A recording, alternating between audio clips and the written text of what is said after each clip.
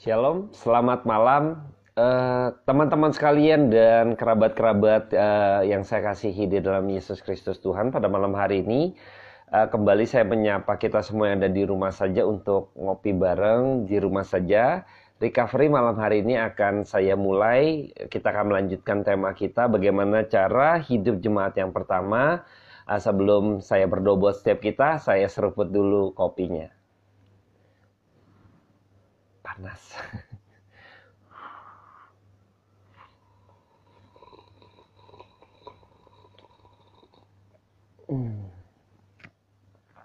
Kopi latte. Baik, pada malam hari ini saya akan berdoa terlebih dahulu buat setiap kita. Bapa di dalam surga, kami mengucap syukur karena kasih karunia daripada Tuhan terus bertambah-tambah atas setiap kami. Karena pada malam hari ini kembali kami boleh menikmati kebenaran firman Tuhan yang sebentar boleh kami dengar. Mari Bapa, mari Tuhan Kau beracara, mari Roh Kudus Engkau juga pimpin waktu-waktu ke depan agar kami sesungguhnya diberkati oleh firman Allah. Kami mohon pimpinan pada Roh Kudus atas hati dan setiap pikiran kami. Diberkatilah kami, diurapilah kami oleh karena perkataan Allah yang tinggal di dalam diri kami. Terpujilah nama Tuhan, hanya di dalam nama yang kudus, kami berdoa dan mengucap syukur. Amin. Baik, saya akan bacakan kebenaran firman Tuhan yang terambil di dalam Kisah Para Rasul kedua, ayatnya yang ke-46 dan 47. Kita akan coba menutup pada kesempatan ini cara hidup jemaat yang pertama ya. Saya akan bacakan dulu buat setiap kita. Dengan bertekun dan dengan sehati mereka berkumpul tiap-tiap hari dalam bait Allah. Mereka memecahkan roti di rumah masing-masing secara bergilir dan makan bersama-sama dengan gembira dan dengan tulus hati sambil memuji Allah. Dan mereka disukai semua orang dan tiap-tiap hari Tuhan menambah jumlah mereka dengan orang yang diselamatkan. Nah, kita coba akan bahas sedikit demi sedikit di ayat 46 dan 47 dengan kesederhanaan kita. Yang pertama, dengan bertekun dan dengan sehati mereka berkumpul tiap-tiap hari dalam bait Allah. Jadi mereka ada satu persekutuan, bukan hanya persekutuan yang intim dengan Allah, tetapi ada satu relasi komunitas yang begitu kental yang akhirnya saling mensupport di dalam persekutuan, di dalam sebuah komunitas orang-orang percaya. Jadi ini kesungguhan mereka bertekun, artinya mereka juga konsisten, mereka terus-menerus secara rutin gitu ya, secara rutin tetap menjalankan satu persekutuan bersama-sama di dalam bait Allah. Jadi secara persekutuan secara fisik gitu ya kan, kalau di dalam pandemik ini kita masih menanti-nantikan untuk kita bisa beribadah secara tatap muka gitu ya. Jadi itu sangat berbeda lah gitu ya. Jadi waktu kita bersekutu di dalam persekutuan tatap muka itu pasti berbeda sekali dengan seperti virtual yang saat ini waktu era pandemik ini kita jalankan gitu ya. Tetapi inilah kerinduan yang akhirnya kerinduan kita juga ya untuk pandemi ini berlalu sehingga kita boleh beribadah secara fisik gitu ya. Dan beberapa gereja sudah membukanya dan beberapa gereja juga belum, tetapi kita berharap nantinya kita akan kembali lagi new normal gitu ya untuk bisa bersekutu secara fisik bersama-sama di dalam satu komunitas orang percaya. Dan ini adalah satu gagasan bahwa emang mereka ini sehati ini karena ada satu bagian yang penerimaan satu dengan yang lainnya, maka ada satu kesehatian. Jadi sama seperti kalau kita nih dua sejoli gitu ya. Jadi bukan cinta bertepuk sebelah tangan, tetapi emang karena ada sambutan gitu ya. Jadi tangan terbuka ada yang menyambut itu gitu ya. Jadi inilah kesehatian itu terbuka di antara mereka. Harusnya emang ini terjadi di dalam lingkungan umat percaya, orang-orang percaya gitu ya di antara kita. Jadi harus ada satu keterbukaan untuk menerima gitu. Maka ada satu kesehatian. Jadi bukan karena satu visi saja, bukan karena satu emang punya kerinduan saja, tetapi emang memiliki penerimaan satu dengan yang lainnya yang sepenuh hati gitu ya. Jadi emang kesehatian ini menjadi bagian penting. Jadi bukan sekedar kita memiliki guru yang sama, alma mater yang sama. Tidak. Kalau kita tidak kembali lagi memiliki satu keterbukaan penerimaan yang benar, maka juga tidak akan mungkin ada kesehatian gitu ya. Jadi kalau kita bicara katakanlah kita misalnya ingin tujuan tertentu di dalam organisasi, punya visi yang sama gitu ya. Kita sehati sepakat pasti kita akan mencapai tujuan itu. Jadi pada waktu menjalankan atau menuju pada tujuan tersebut, maka kita akan saling menopang. Jadi hukum saling itu akan begitu berasa gitu. Karena dia bagian dari saya bagian dari dia. Jadi saya nggak bisa tanpa dia, dia juga nggak bisa tanpa saya dan lain sebagainya. Ini udah menjadi bagian yang nggak bisa copot gitu ya, nggak bisa diabaikan begitu saja. Nah ini kesehatian ini tentu emang dari setiap pribadi kita ini, kalau sering kumpul gitu ya, lama-lama kita dalam satu keluarga, kita suami istri contoh ya, karena kita sudah sering sama-sama, maka kita tahu tuh memiliki kepekaan yang berbeda dengan orang lain gitu ya. Biasanya kita tahu misalnya anak gitu kan dengan keluarga terdekat, kita tahu gitu ya ini seperti apa gelagatnya dia dan sebagainya. Jadi kita sudah mencoba memiliki satu pengertian-pengertian tersendiri terhadap gerak-gerik daripada orang-orang tersebut, keluarga terdekat kita contohnya. Nah ini hal-hal yang akhirnya kita tahu bahwa ada penerimaan yang terbuka begitu rupa terhadap mereka. Begitu juga mereka dengan kita gitu ya, dengan saya misalnya, dengan anak-anak, dengan saya.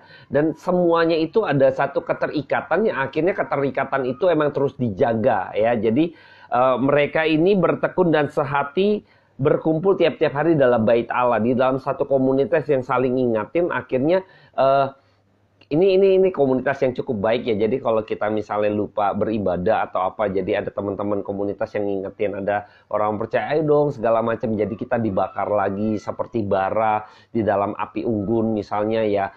Ada yang hangatkan lagi. Jadi kita tetap mendapat percikan api itu, kita tetap panas gitu ya. Jadi itu kehangatan itu yang terus dijaga, dan ini cukup baik. Dan saya berharap kita boleh meneladani hal ini untuk kita sama-sama saling orang percaya ini. Bukan sekedar punya satu visi misi, tetapi kita boleh sehati menerima segala kekurangan, kelemahan lain sebagainya, maka kita doakan. Dan ini penerimaan ini yang Kristus juga menerima kita ya. Jadi Kristus pun menerima kita apa adanya ya. Tapi bukan berarti menerima kita apa adanya lalu kita nggak bebenah diri, nggak gitu juga. Jadi pada waktu kita diterima pun akhirnya kita memiliki satu tanggung jawab yang lebih gitu kan terhadap pribadi kita, kepada komunitas kita juga. Dan ini ada satu juga tuntutan daripada tanggung jawab diri kita sebagai pribadi yang sudah dimenangkan oleh Tuhan juga. Jadi jangan sampai ketika Tuhan terima kita apa adanya lalu kita ya udah kan saya orang brengsek, maka Tuhan terima saya jadi orang brengsek ya saya brengsek gitu kan lain sebagainya. Nggak gitu ya. Ya ketika kita tahu ada orang yang mengasihi kita, ada orang yang menerima kita begitu rupa, kita sebenarnya nggak layak, lalu kita bisa berbagian di dalamnya, lalu kita akan membendakan diri gitu loh. Jadi kita akan dari sana kita diajak untuk menjadi pribadi yang lebih baik, yang sebagaimana harusnya, yang sebagaimana mestinya. Ini yang harus kita pengaruhnya ini harus yang seperti ini. Ini cukup sehat gitu ya bagi saya ketika saya gabung di dalam satu komunitas misalnya ya. Lalu komunitas itu memiliki satu attitude yang begitu baik gitu kan, dan saya begitu masuk dia menerima saya apa adanya. Misalnya saya bengal gitu ya, bodo amat dan sebagainya. Begitu saya masuk, maka saya memiliki tanggung jawab karena saya tahu komunitas ini memiliki dan mengajarkan nilai-nilai attitude yang baik. Maka saya akan mengubah diri saya sebagai landasan tanggung jawab saya dalam komunitas tersebut ya. Jadi inilah ketika saya masuk dalam satu komunitas itu atau memberi pengaruh bagi saya, dan saya juga akan memberi pengaruh pada komunitas itu sendiri. Jadi akan makin berdampak begitu luar biasa ya. Jadi saling mempengaruhi hal yang baik itu akan memiliki dampak yang besar gitu nantinya. Makanya kembali merujuk kepada satu persekutuan dihangatkan di dalam satu ibadah persekutuan di bait Allah gitu. Ini penggambaran daripada kita bersekutu bersama-sama dengan Tuhan gitu ya. Kita menjaga hubungan dengan Tuhan dan juga menjaga hubungan dengan sesama, ini akan terjaga gitu ya, akan berjalan harmonis. Nggak mungkin saya hubungan dengan Tuhan saya terus hubungan dengan sesama manusia saya nggak beres. Ini kecelakaan. Nggak mungkin kita hubungan dengan Tuhan baik terus hubungan dengan antar sesama kita gitu ya. Ini bukan berarti ada orang yang netizen misalnya gitu ya, kontra dengan kita yang misalnya emang tanda petik gitu ya, dia benci kita tapi kita nggak pernah benci dia, bukan seperti itu. Jadi hubungan kita dengan sesama kita orang percaya, kita bisa terima kekurangan dia lain sebagainya, kita bisa ayomi dia lain sebagainya, kita bisa hangatkan dia, kita bisa ingatkan dia. Ini komunitas yang sebenarnya yang harus menjadi ideal gitu ya, seperti itu. Jadi saya berharap kita juga belajar untuk bisa memiliki kesehatan kitanya nih, seringkali maunya diterima oleh orang. Tapi kita belum tentu menerima orang gitu ya, apa adanya. Kita mau diterima oleh komunitas apa adanya saya. Kita nuntut komunitas untuk demikian buat saya menerima. Tetapi seringkali kita sebagai komunitas tidak mau terima gitu. Orang-orang yang mungkin, aduh ini nggak level, ini capek nih, dan sebagainya. Seringkali gitu ya. Dan saya berharap kita memiliki kesatian oleh karena Kristus. Ya, kita sama-sama orang berdosa, kita sama-sama orang najis, jijik di hadapan Tuhan. Tetapi akhirnya Tuhan Yesus terima. Dan akhirnya kesehatan ini memperbarui diri kita. Dan kita memberi pengaruh kepada orang yang di dalam komunitas kita. Nah, saling memberikan pengaruh hal yang baik. Akhirnya nama Tuhan dipermuliakan. Nah, ini kesehatan ini akhirnya membawa diri kita menjadi pribadi yang akhirnya terjaga juga. Kalau saya mau attitude saya buruk atau katakanlah saya mau brengsek dan sebagainya. Akhirnya ada satu komunitas yang akhirnya mempengaruhi hidup saya, akhirnya saya dijaga gitu ya, nggak menjadi pribadi yang brengsek, nggak kembali lagi lalu saya mencoba menuntut diri. Nah, ini yang bertanggung jawab. Ada kesatian bahwa saya juga harus memberi dampak pengaruh yang baik gitu ya, bukan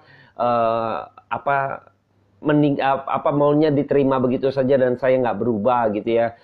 Maunya dimaklumin terus atau dimengerti terus gitu ya, nggak ada perubahan dalam diri kita. Saya rasa itu juga bukan kesehatian namanya. Jadi kita kesehatian yang akhirnya kita memberi dampak bagi komunitas itu sendiri gitu, karena komunitas itu sudah berdampak buat setiap kita ya.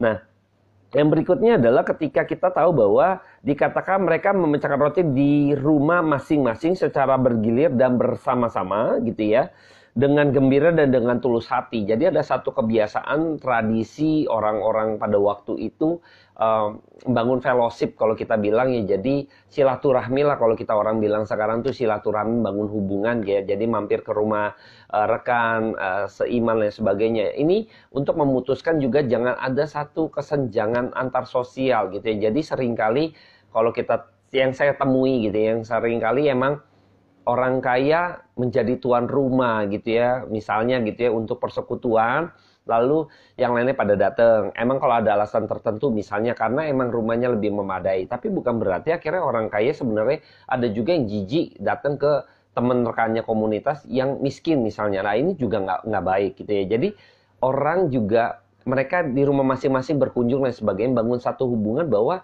emang mau mematahkan, meminimalisir tidak ada kesenjangan.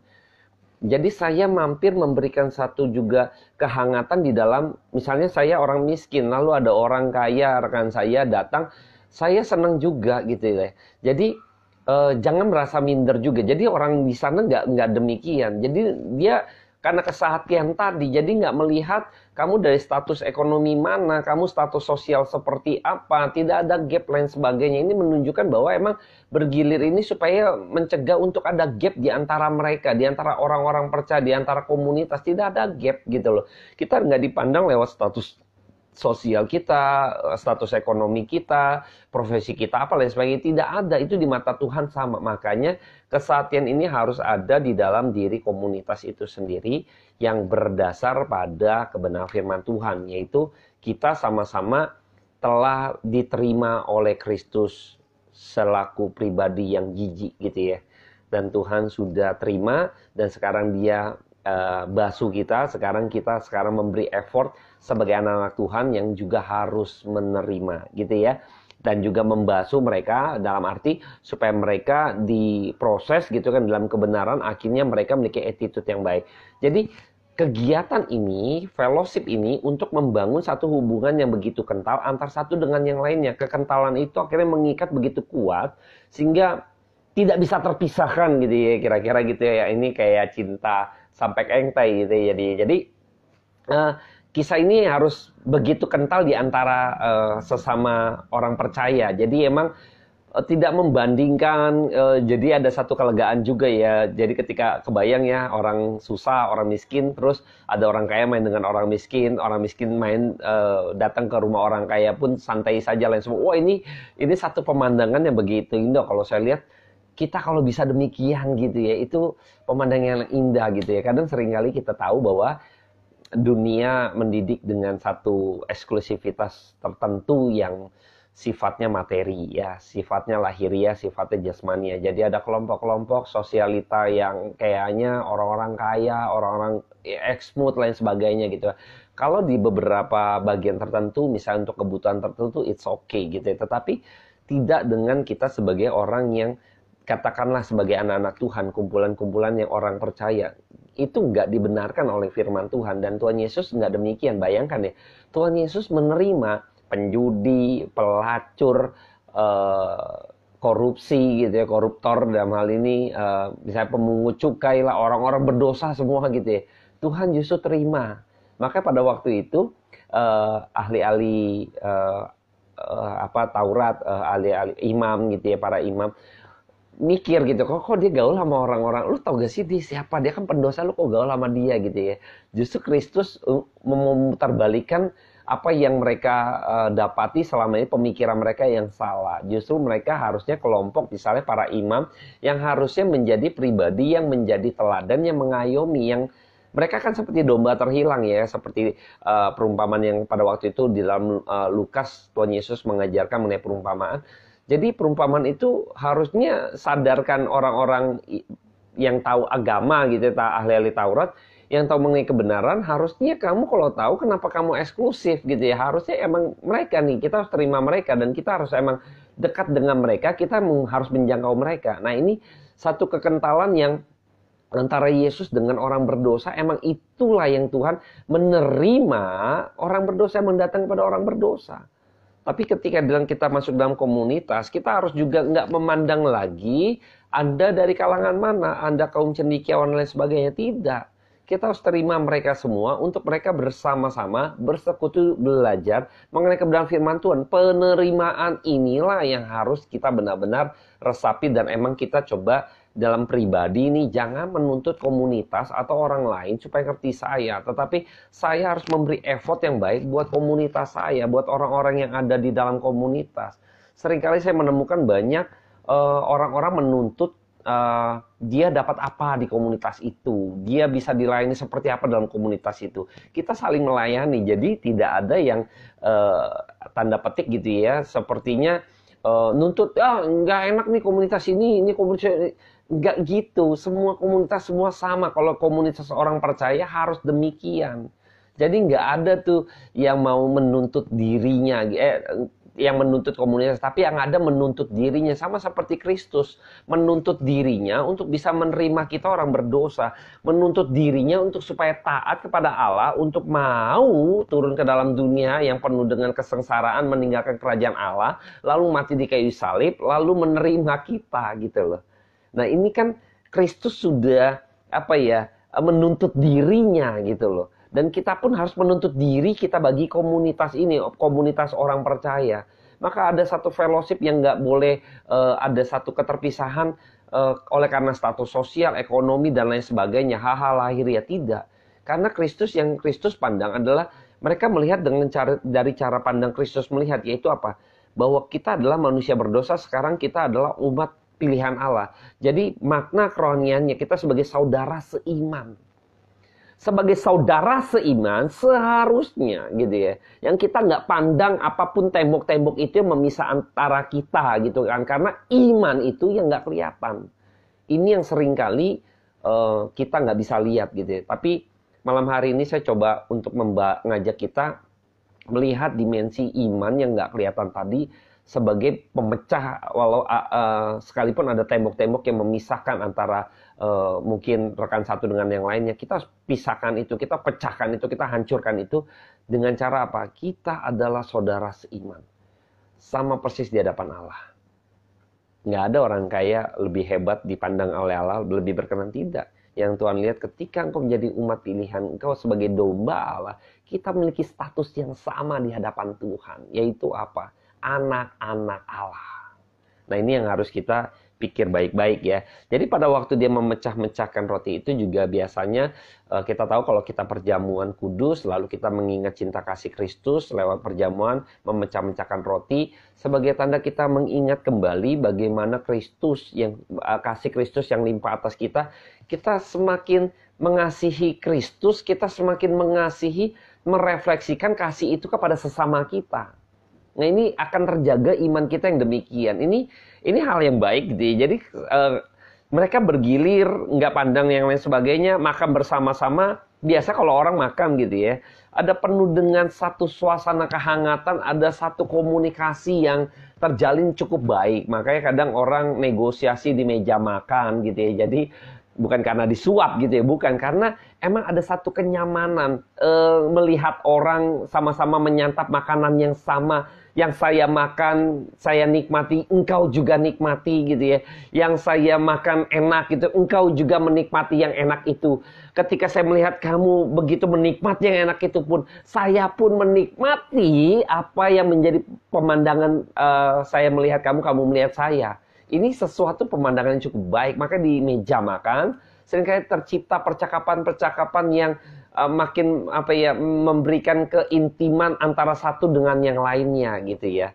Nah, seringkali demikian, ini yang harus dijaga. Inilah tradisi-tradisi yang pada intinya itu untuk memberikan satu ikatan yang makin kental, makin kuat gitu ya. Jadi fellowship yang makin kuat gitu ya kan. Terutama untuk sebagai bagian dari refleksi kita sebagai anak Tuhan yang mengasihi. Jadi akhirnya kita refleksikan kasih itu. Nah, seringkali juga kalau kita tahu waktu masa pacaran dulu saya, jadi kalau membangun hubungan dengan sekarang istri saya ya, jadi mantan pacar, jadi pasti kalau misalnya acara-acara tertentu, malam mingguan misalnya, lalu saya akan ajak makan gitu ya, kadang kita dinner lain sebagainya, itu untuk membangun hubungan yang lebih baik lagi, mengenal dia lebih dalam lagi lain sebagainya. Ini bagian daripada ketika di meja makan tuh. Jadi bangun hubungan yang cukup baik ini bukan karena makannya ya, tidak, tetapi ini penandaan bahwa kita mau mengenal dia lebih dalam lagi. Ketika saya datang bertamu lalu makan dengan rekan saudara seiman, saya ingin tahu gitu kan, lebih kenal dia lagi, lebih kesukaan-kesukaan apa gitu kan yang kita tahu, sama seperti pada waktu Anda dan saya mungkin pacaran gitu ya, lalu kita makan, dinner lain sebagainya, kita gali informasi tertentu, kita bisa mengetahui lagi, bicara hal-hal yang serius lagi mengenai hubungan lain sebagainya. Ketika itu makin jauh dengan keintiman gitu. Jadi bukan sekedar makan steak lah gitu kan, mungkin pasta lah, minum kopi lah, es latte dan sebagainya. Bukan demikian. Tetapi ada makna yang mendalam, yaitu bagaimana membangun hubungan yang makin kental, keterikatan makin jauh, makin dalam, makin serius keterikatannya. Nah, seperti itu. Ya, jadi saya berharap kita semua dengan pemikiran kita yang awam, harap ini menjadi refleksi bagi setiap kita bahwa saya ini harus sekarang untuk membangun hubungan dengan rekan seiman lainnya. Jadi jangan sampai kita dibatasin, ini mah sudah dilayani si A, si B, jangan gitu juga sih. Tidak ada komunitas ini, jangan. Selama dia memiliki satu iman ya kepada Kristus gitu ya, siapapun dia kita layani, siapapun mereka kita layani, kita terima. Jangan juga sekarang banyak, terus terang nih pribadi saya agak gelisah sebenarnya, banyak gereja yang akhirnya menjadi tembok-tembok justru tidak ada kesatuan sebagai orang-orang beriman gitu ya. Kecuali kalau yang mengajarannya lain ya, maksudnya itu beda lagi gitu ya kasusnya. Tapi seringkali misalnya dalam satu sinode saya melihat juga kok begini gitu ya, ada semacam tembok di antara, padahal satu sinode misalnya ya. Jadi kadang kok begini gitu ya, aneh gitu loh. Dalam gereja itu sepertinya ada tembok-tembok gitu ya. Bingung juga, ini padahal dalam satu gereja yang sama ya, satu gereja yang sama. Kebayang nggak? Ini gelisah juga, saya pikir gimana kita bisa merefleksikan kasih Kristus. Kalau emang begini ada eksklusivitas dan sebagainya gitu. Aneh gitu loh. Dan saya rasa ini bukan, kalau demikian ya, ini beberapa ada oknum-oknum tertentu yang akhirnya dia tidak mengenal Tuhan dengan baik. Jadi kalau Anda dan saya mengenal Kristus dengan baik, maka Anda akan membuka diri Anda dan Anda akan menerima orang-orang beriman yang lainnya yang harus sama-sama kita layani di dalam satu komunitas keluarga besar Allah. Nah, saya berharap kita semua akan dewasa di dalam pengenalan akan Kristus. Makanya penting untuk belajar firman Tuhan, teman-teman ya. Jadi semakin belajar, semakin tahu, semakin menuntut diri, saya mesti gimana, saya harus bagaimana, saya harus melayani seperti apa. Jadi kita tahu, yuk mari kita sama-sama menjadi pribadi yang akhirnya menyatakan, merefleksikan kasih Kristus dalam satu komunitas orang beriman. Saya lanjutkan lagi, makan bersama-sama dengan gembira dan tulus hati gitu ya. Jadi kadang nggak ada niat buruk ya. Kadang sekarang negosiasi di meja makan itu karena ada niat tertentu supaya proyek saya jebol, supaya ditanda tangan kontraknya gitu kan, saya dapat order gitu kan. Motifnya bukan itu. Jadi ketulusan hati maksudnya emang nggak ada motif apapun, karena saya ingin kamu menjadi pribadi yang lebih baik ya. Jadi bukan karena saya, kalau misalnya kita dulu pacaran mungkin kita ada motif tertentu, tanda petik gitu ya, bukannya jahat. Jadi maksudnya karena kita ingin dia menerima kita, cinta kita, misalnya seperti itu ya. Jadi mungkin ada motif itu. Tetapi yang ini lebih kepada bahwa emang saya nggak ada niat apapun. Saya ingin melayani kamu. Saya ingin menyatakan kasih Kristus kepada kamu dengan tulus hati. Harus berkorban apapun juga oke gitu loh. Nggak ada sesuatu yang saya merasa dirugikan. Tidak segala macam. Jadi karena kamu saudara seiman gitu loh. Saya mengasihi Kristus. Sekarang bukti saya mengasihi Kristus karena saya mengasihi Anda sebagai saudara seiman gitu ya. Jadi ada satu ketulisan, gak ada motif apapun, dan ini minta Tuhan murnikan. Karena banyak sekarang oknum-oknum juga banyak yang demikian, masuk ke dalam satu komunitas tertentu karena ada tanda petik, ada udang di balik batu gitu ya. Masuk ke dalam kegiatan tertentu dalam komunitas gereja karena misalnya ada mau cari apalah, kang tau lah gitu ya. Banyak motif-motif kayak gini gitu ya. Jadi ya klasik lah ya. Tapi kita harus bijaksana teman-teman ya. Jangan sampai kita masuk dalam satu komunitas niatan kita begitu. Ini bahaya. Tapi niatannya adalah saya mau memberi dampak yang baik juga buat komunitas orang percaya. Harusnya demikian ya. Bukan berarti waktu Anda nggak boleh menerima orang yang kita nggak tahu motifnya, kita doakan, kita layani supaya dia mendapat pemikiran yang baik, supaya pengertian mereka benar. Maka kita harus ajarkan dengan, ingat ya, ini semua berkaitan dengan hal-hal yang sudah kita bahas di atas ya. Yang tadi bertekun dalam pengajaran rasul-rasul itu menjadi dasar. Karena dengan ada satu komunitas yang tidak benar tadi kita rangkul, pengertiannya kita ubahkan sehingga dia akan memiliki satu attitude yang sama, yaitu attitude yang sebagaimana mestinya yang firman Tuhan inginkan di dalam kehidupan setiap kita sebagai orang-orang percaya. Ini yang harus kita ajarkan ya. Jadi harus ada penerimaan itu. Dan berikutnya yang terakhir adalah ketika saya akan bacakan ayat 47, sambil memuji Allah dan mereka disukai semua orang. Nah, ini poinnya luar biasa, disukai semua orang dan tiap-tiap hari Tuhan menambah jumlah mereka dengan orang yang diselamatkan. Jadi efeknya harus demikian yang saya bilang tadi. Kita harus memiliki pengaruh.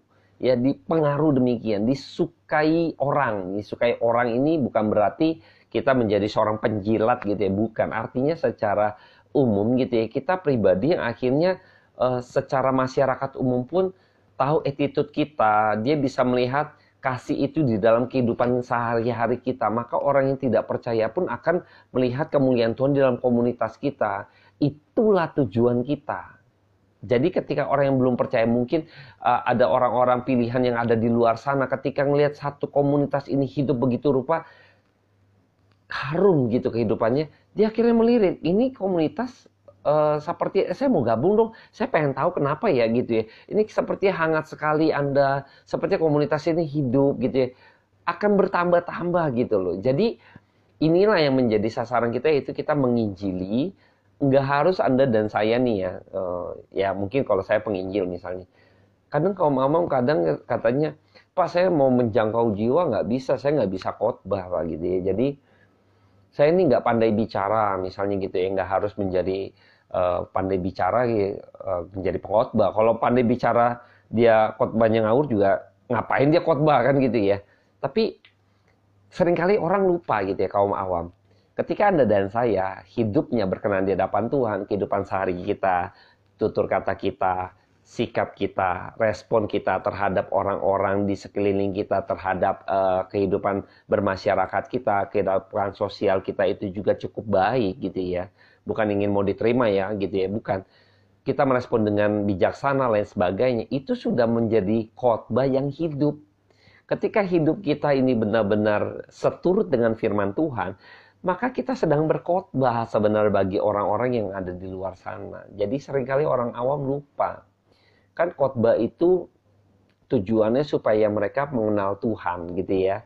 Yang bermuara mereka percaya kepada Yesus adalah Tuhan.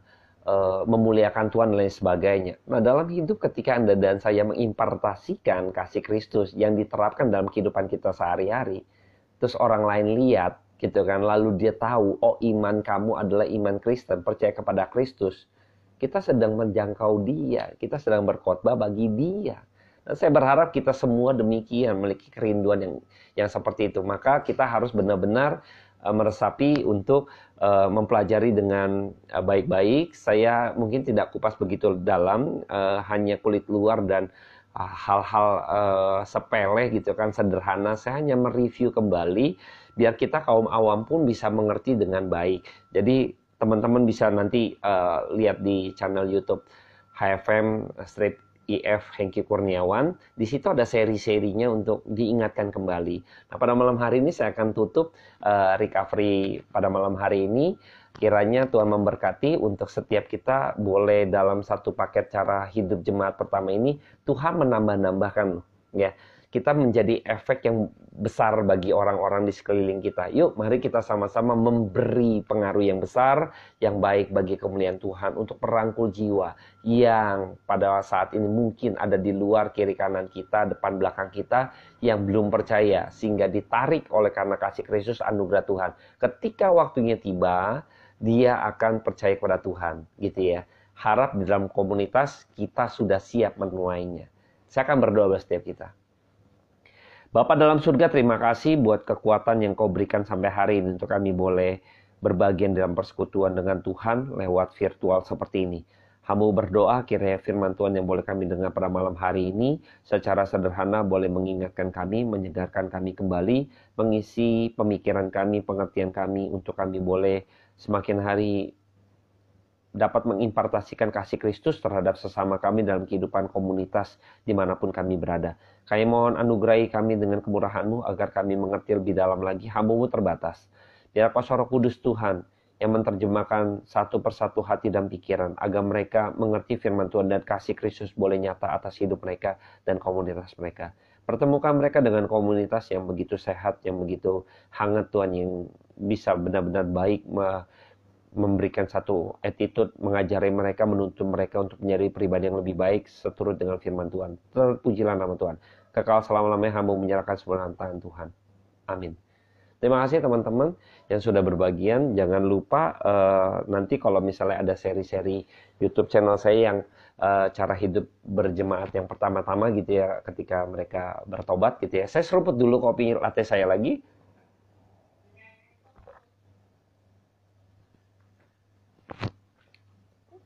Saya rindu kita juga dalam komunitas akan terus menjalani kehidupan komunitas kita dengan mengimpartasikan kasih Kristus, memuliakan Kristus dalam kehidupan komunitas kita. Tuhan Yesus memberkati. Recovery.